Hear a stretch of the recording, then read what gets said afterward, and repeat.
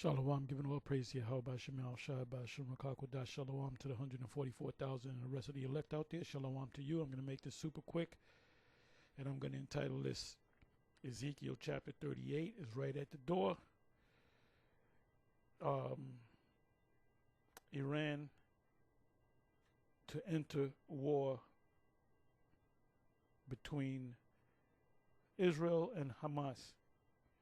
So this is top news stories as of, you got this one as of an hour ago, and I may click on news. Matter of fact, I guess this is news. Give me a second. Okay, let me come back over here. Okay.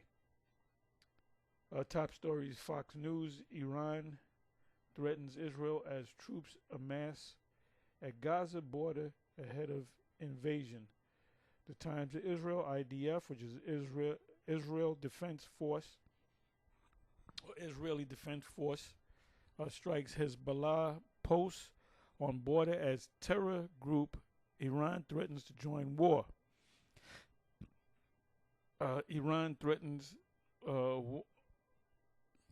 wider war by axis of resistance. That means another nation joins another nation in war to fight against a third nation. New York Post, Israel War Live updates. The senior Hamas commander who led the kibbutz attack. You can click on that, read the rest of that. It's getting hot.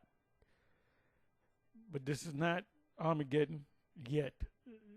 There's a major prophecy that has to take place that we here at GMS always speaks about. Iran warns Israel through UN against... and another thing, if Iran actually enters the war, that means Russia backs them up, Ezekiel chapter 38. And China is an ally to the Russia, so we're talking about China, we're talking about Russia, China, America on the other side backing up Israel. So that's Third World War. That's definitely the war of Armageddon. And it's happening in the Middle East. We've been saying years ago that keep your eyes on the Middle East. Fulfillment of Ezekiel 38 from the first verse on down. And also Gog and Magog is also mentioned in Revelation. So it's really mentioned really one time, maybe more. Well, in prophecy, Ezekiel 38, Gog and Magog is mentioned. The chief prince of Meshach and Tubal. And it's also mentioned in the New Testament one time in Revelation chapter 20. You can start from the 7th verse and read down from there. Okay, so let me go into some pull downs here. And this is called a proxy war. When another nation enters the war. If there's a war between two nations, it spills over to another nation, that third nation enters into the war. It's called a proxy war. So World War III, the War of Armageddon, is going to be a series of proxy wars that's going to lead to Armageddon. It says, how is Iran a threat to Israel?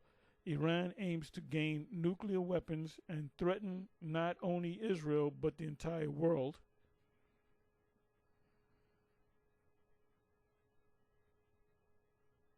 Let me check this one out.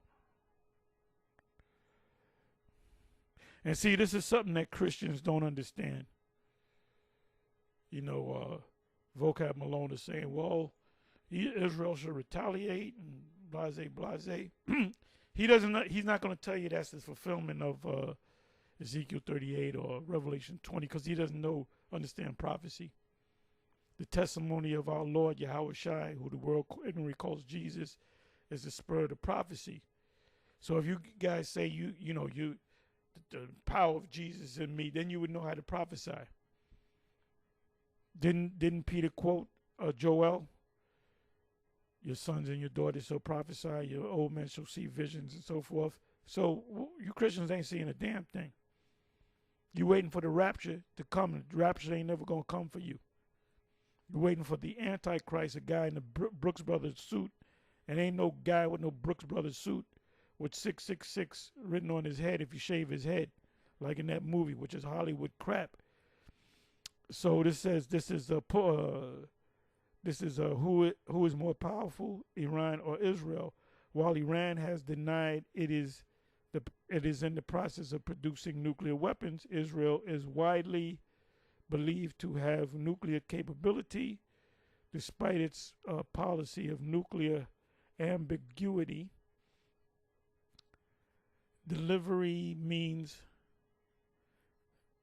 include Jericho 2 intermediate range ballistic missiles. They don't have long range, and Jericho 1 short range missiles. See, this war is going to involve these ICBM, intercontinental. So the only power that Israel has is a regional war. They can't shoot missiles at Russia. And like I said, Russia is backing up Iran and those African nations, the north to northeast nations of Africa, and then you got Israel right in the middle of that. That's Joel 3. That's the what do you call it? The Jehoshaphat, which means Yahweh's judgment, Yahweh's decision. When you make a decision, that means you made a judgment. Yahweh Shabbat means Yahweh's judgment or Yahweh's decision. Isaiah 14, that's his purpose. Isaiah 14, around about the 22nd some odd verse. Matter of fact, let me go to that and I'll close it. So I said I was going to make this. See, we're giving you these quick hits, so to speak. Isaiah 14.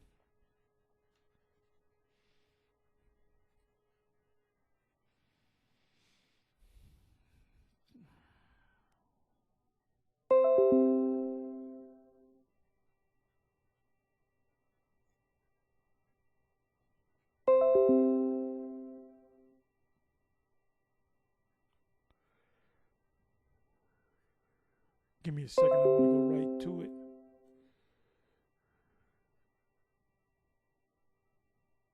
Okay, 26th verse. Things are getting hot. We almost out this bitch, but a major prophecy has to come to pass, which is the charagma, the MOTB. This is 26th verse, Isaiah 14. This is the purpose that is purpose upon the whole earth, and this is the hand that is stretched out upon all nations. For Yahweh of hosts have purposed, and who shall disannul it? His purpose is to destroy this place, to bring down Esau's power structure. And his hand is stretched out, and who shall turn it back? Anyway, I said I was going to make this short, so it's on to the next one. Shalom.